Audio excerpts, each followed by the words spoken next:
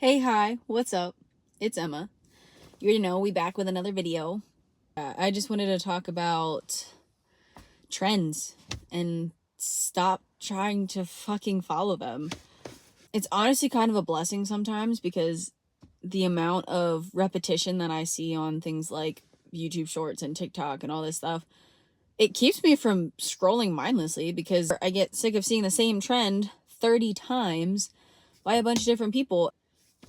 And then it's just based off of, you know, who people maybe find more attractive, someone who did it better than the other person, or someone who just got lucky with the algorithm and gets more views than someone else doing the same thing. I don't know about you, but I would rather get less views being unique and actually talking about something that I care about and believe in than doing something trendy just to catch people's eye and maybe get a couple followers out of it. The whole focusing on what other people think, it just leads to you not being happy because you're not following what you want. You're following what you think is going to get people to like you, to follow you, to get whatever attention you might desire from other people, persons, whoever. And it's really all just another level of distraction, you know? I mean, we distract ourselves on the devices, and then we also distract ourselves by keeping up with the Joneses.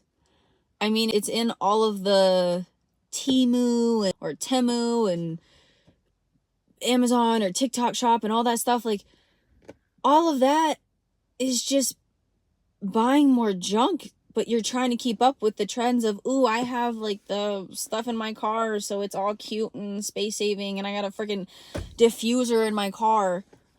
I don't know about you, but I ain't driving enough to have a diffuser in my car, okay? I mean, I'll put a scent thing in here, but there just comes to a point where trends not only lead to waste and overconsumption, but they lead to lack of personalization and loss of identity. You know, when it comes to health and fitness, you find people who are on this up and down yo-yo of, you know, dieting and exercise goals, routines, ways to go about it. 1 minute keto's hot, the next minute, you know, it's more about low fat, high carb, and then the next it's no sugar and artificial sweeteners are all the thing, or whatever it might be. And I'll say it again and again so I'm blue in the face. The goal is to find a diet, a way of eating, and an exercise or wellness routine that does not feel overly restrictive. Does not mean there won't be restrictions and there won't be a need for discipline and effort and consistency. But if it feels so restrictive that by 6 months you're struggling to maintain it, it's not going to work for you. And it's okay if you take 6 months to try it and then you find out that it doesn't, but maybe you found some parts of it that do. And then you might go try another form of diet and see if that works for you. And at the end of the day, you might have this conglomerate of a bunch of different diets all kind of put together to be your own diet and lifestyle and way of eating and exercising that works for you, your body. It feels good mentally, physically, everything. But you're not going to get there by dropping everything each time there's a new trend. You can try a new trend and again, take a piece of it maybe that you like, but don't completely dive off the deep end into it and forget about everything else that you found that was working for you or maybe wasn't working for you.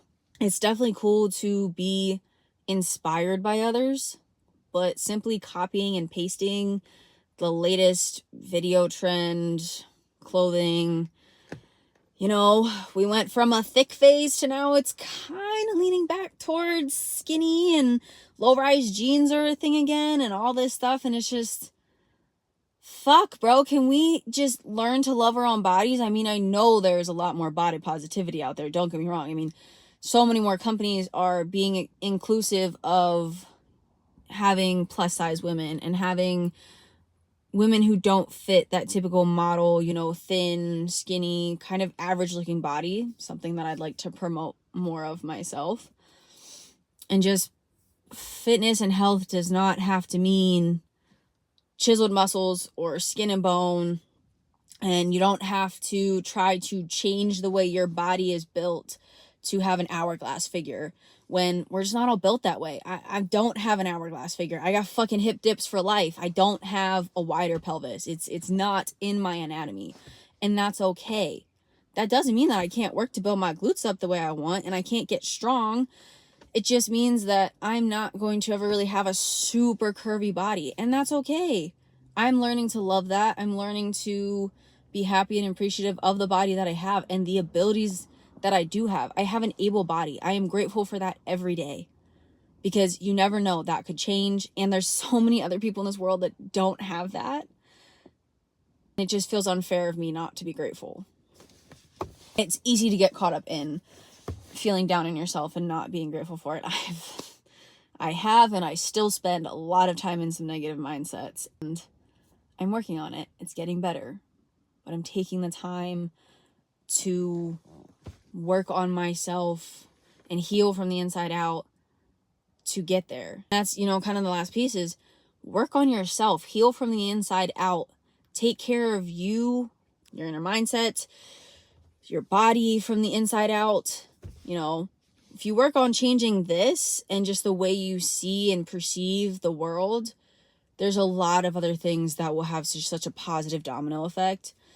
And it'll give you so much more clarity when it comes to, working out because you get to, and taking care of your body because you get to, not just because you have to or feeling like you have to, but you get to do those things. When we change that mindset to the goal-driven side of things and appreciating the processes or the process along the way, it really does change. I feel like there's no way to really emanate. I don't know if that's the right word. I feel like there's no way to truly describe how that feels unless you experience it for yourself. Because it also is such an individualized experience. My life is not the same as yours. My thoughts aren't the same as yours. It's just too different to really fathom in a way that makes sense to someone else. But inside of that internal healing, and also, maybe external healing from not feeling the need to overly consume, whether it's products, clothes, shoes, house decor, whatever, or whether that be, I was on the overconsumption end of overconsuming alcohol, overconsuming drugs, and doing some other things I shouldn't have been doing because that's what I was doing to get away from myself. Not just filling the void with material things. I was filling the void with not feeling things. And it's different. Like I said, it's different for everybody. But when you work on the inner, you start to negate that need to fill those things, because you are full. You are a whole universe inside of this being, okay? And that is enough. It will always be enough. As you are is always going to be enough. And you get to choose how much more you want to be, while always knowing that no matter what, your baseline is enough. I know that kind of went on so many different tangents and got away from it, so I just want to come back to that point of stop following the trends. Do what feels right for you. I got caught up in it. Sometimes I still get caught up in it. It's like, oh, maybe I should do that. Maybe I should try that. It seems like it works. I am a firm believer in taking bits and pieces of things that you like, and again, finding inspiration, but also find a way to make that inspiration your own. I think the biggest thing is, I had mentioned in one of my first videos, I'm going to just speak my mind. I want whoever relates to me to find me. I know they will, because I'm putting this out there and they'll find their way to me. I love when I do that with other creators, whether the algorithm helps or I just stumble upon something and I'm like, I really vibe with this. I love listening to people where I'm like, yes, I'm not alone in that thought. I'm not alone in this feeling. I'm not alone in trying to curate a new definition of what health and wellness looks like, taking care of your well-being, and hopefully being an inspiration to those who maybe feel the same way I do, whether it's body dysmorphia or negative body image issues, or not feeling like they're doing enough when they're 26 and they're watching people who are 19 and 20 owning facilities and training people and seeming so much more progressed in their field than they are. I always want to be that reminder of where you're at is exactly where you need to be. Who you are at your base level and your core is always going to be enough. And you deserve to show yourself love. Your body deserves it. Your mind deserves it. You just deserve it. So, all of that is to say, don't be afraid to be yourself. I promise you people are going to want to listen and hear it, and your people will find you.